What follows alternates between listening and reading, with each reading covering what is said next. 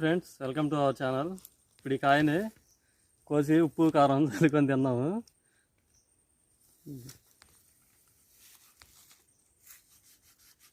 పోయిరా నీళ్ళు.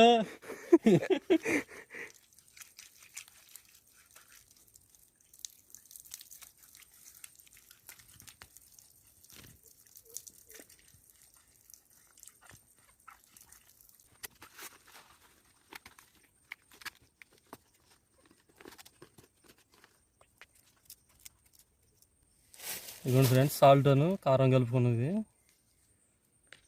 ఎలా ఉంది చూశారు కదా.